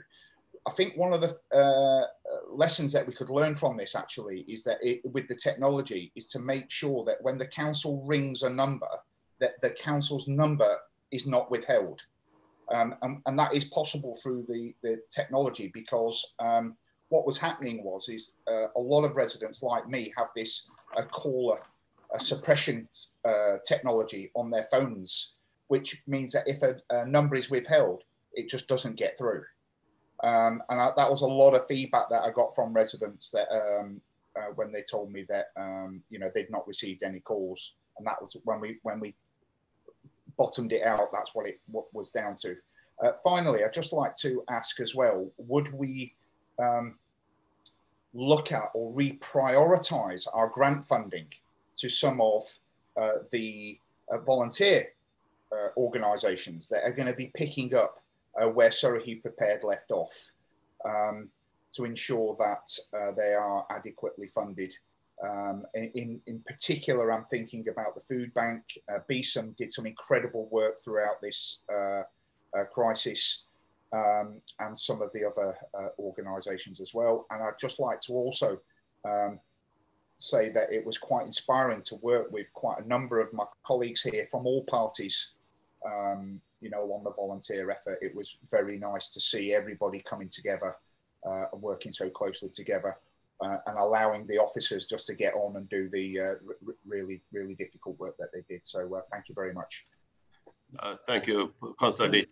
Councillor McClafferty, would you like to say a few words and pass it on to Officer Passion? Thank you. Of course, we all feel the same things, and it's thanking everybody. But I would like to just take a second to just give some context to what happened. So when it hit, between 50 and 80% of our officer time went into welfare almost overnight. 50 to 80% of our officer hours. But planning applications were still processed with a delay, but they were still processed. Enforcement still went out and looked at bonfires and noise and rats and all the things that they go out for. Family services stepped up, actually dealt with more cases than they normally do. Meals at home increased by over 25%. ICT suddenly found that they'd gone from a plan of in 5 years people would be working at home to why haven't you sorted out the IT? Everybody's working at home. Democracy continued. Council, we met, we had an annual meeting. Most other councils didn't. They just took what I think is an easy decision and said, everybody stay in place for another 12 months. It's too difficult. Our council didn't, and we did that. The town centre, High Street continued to be improved. The arena continued to be built. Bin collections continued weekly, collecting it all, with something like 25% more rubbish being put out because people were at home and clearing out everything. Revs and benefits continued. The contact centre changed completely, but continued. Finance continued, but suddenly doubled their work because they had to give out all these grants. And the grass got cut in the parks. Right? The reason I say all this, and there's probably other departments, I just jotted this down, I couldn't even think of all the other departments. We should just understand that this council, everything continued except leisure in the theatre, which we couldn't do. Everything continued, and yet we helped businesses, we helped charities with extra grants, we helped Surrey Heath Prepared do the fantastic job they did, and that was all down to the officers, and I would even say the members from every party did their bit. But we should just understand that when the smoke clears and they look at all of the councils and how they all performed, I am absolutely certain that Surrey Heath Borough Council is going to be at the top of that tree in terms of what was delivered and how we managed to continue to do everything and still put 50 to 80% of our officers' time into welfare. So I just think we should understand the staggering result that this council has delivered over the last few months. Thank you. Mr. Passion, would you like to say a few words and pass it on to Officer Louise, please? Oh, sorry, Ms. Livingston. Yes, on the cause that the welfare cause that we made, I don't know the exact number, but I think we had something in the region about 2,500, which are our vulnerable residents, and we had almost the same number again for the shielded residents. We are still taking, there's still about 340 that we're dealing with now that still need those follow-up calls. Did I hear that Mrs. Livingston was going to come on? I was only just going to add, it was just, I think actually now most things have actually been covered, but you're right, it was over 20,000 welfare calls have actually been made. We did redeploy our staff, and I just wanted to add with regard to just being ready for the second wave, that was all I just wanted to just sort of state, is that HR are working with the management team at the moment to make sure that we are ready if we did have to go into that redeployment again, and put people back into these roles that we've undertaken over the last few weeks. So I just wanted to reassure that that plan does exist at a more local level, which is in conjunction then with the higher level at county. Thank you. Councillor Hawkins. Thank you, Chairman. I thought you'd forgotten me. Really, I mean, a lot of it's gone. In fact, given the time, I'll not make my comments. It was largely county were quite insistent that they got their council tax. They didn't care if we, as a borough, and this went down very badly with some of the boroughs, if we gave people council tax holidays. It's very much in response to the question from about 2 hours ago from Councillor Wren. But we didn't mind what we did as boroughs as long as they got their money. And Tim Oliver upset quite a number of us by saying he was insistent that the money flowed through to the county. I can understand part of it because I know what the county debt is running at the moment because of all the costs that they've had. And I think Mr. Little would never sleep again if he knew what that was. But other than that, fantastic show. I know how much work was put in. One of the unsung heroes, I think, was Jane Boytold, and I know how many hours Josephine put in on doing the coordinating with the WhatsApp group and everything else. My role was really just picking up food parcels and delivering it, which I was delighted to do. But again, as Councillor Deach and as celebrated last night with the Earl of Wessex and with Michael Gove, all the contributors and all the workers, terrific effort by all parties. And let's just keep it going. Thank you. Hopefully that's it. Bye. Thank you, Councillor Hawkins. Any other questions, comments before we move on? Councillor Tapper. Thank you, Chair. Yes, of course, I echo all of the comments that have been made about the sterling work that's been done by the Office of the Council. I think that we also need to remember to give a huge round of thanks to the thousands of volunteers from within our residents all across the borough who have formed themselves together to support Surrey Heath Prepared and the officers by being the response teams on the ground, working with their neighbours and providing for their needs of those who are in lockdown and those who, for various reasons, needed our help. But there was one other thing which surprised me when I looked through the report, and particularly on pages 32 and 33 of the critical functions of the council, that there appeared to have been no mention whatsoever of the likelihood that the council might have to respond in force and with urgency in response to the possibility of traveller incursions. At this time of year, they must have been expected, and yet it appears that within the plan, no provision was made as to how they were going to be dealt with. They had to be dealt with on an ad hoc basis, and I'm surprised that we didn't consider within the plan the probability that valuable resources were going to be diverted to dealing with these problems that would otherwise have been used to support the community in terms of the lockdown and COVID-19. Can I ask, will that be added to this plan for the future so that we know that that is another item that must be included with all the other services that the council have to deliver? Hopefully not. I mean, if it can be avoided, all well and good, but the likelihood is that we may have to deal with that, and resources are going to have to be needed to provide for that. Mr. Passion, if you can give a short answer to that, I'll appreciate it.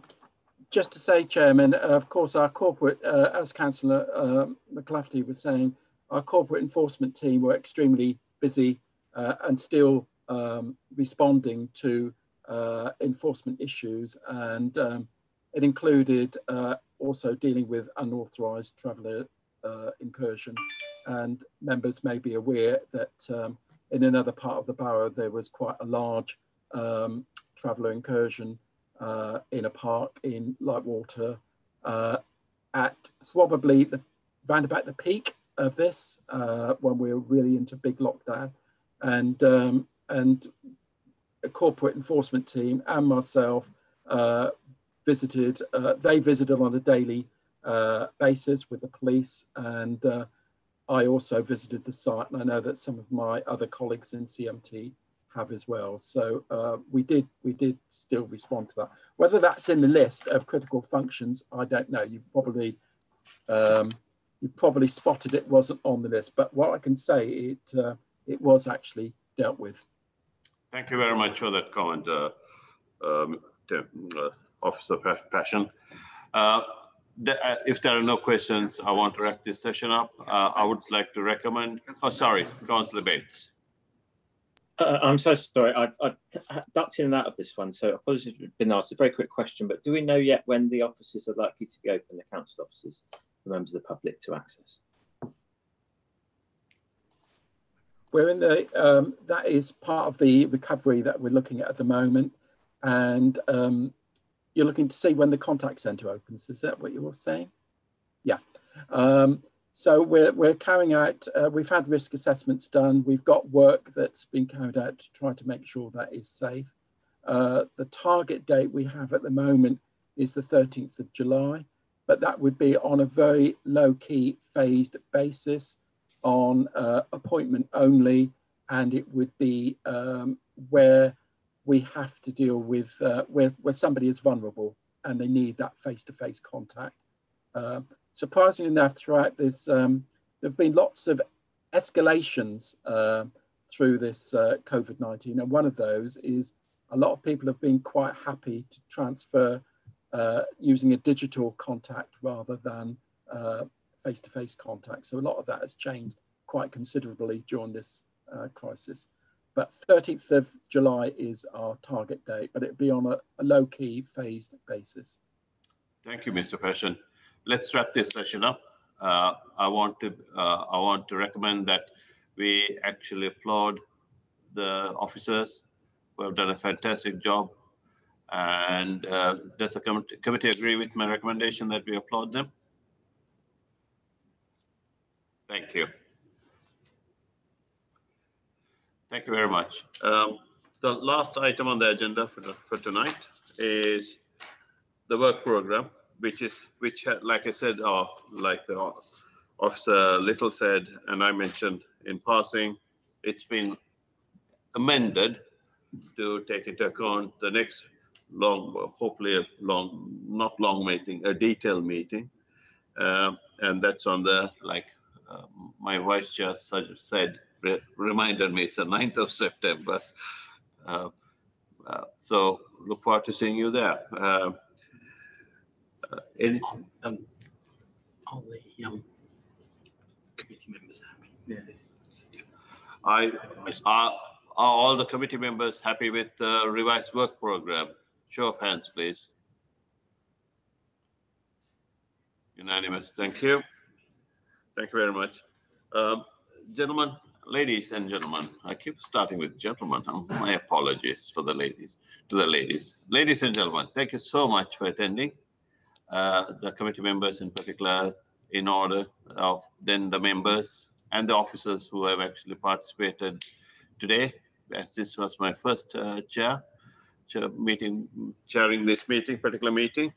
I'd like to thank them in particular. Well done, officers. Hopefully we will actually do a much better job. I think we've done a decent job. Let's hope that we can do a better job the next time around. Thank you very much. And also, of course, I forgot the residents, if any of them are still listening in. Thank you very much for attending. Thank you.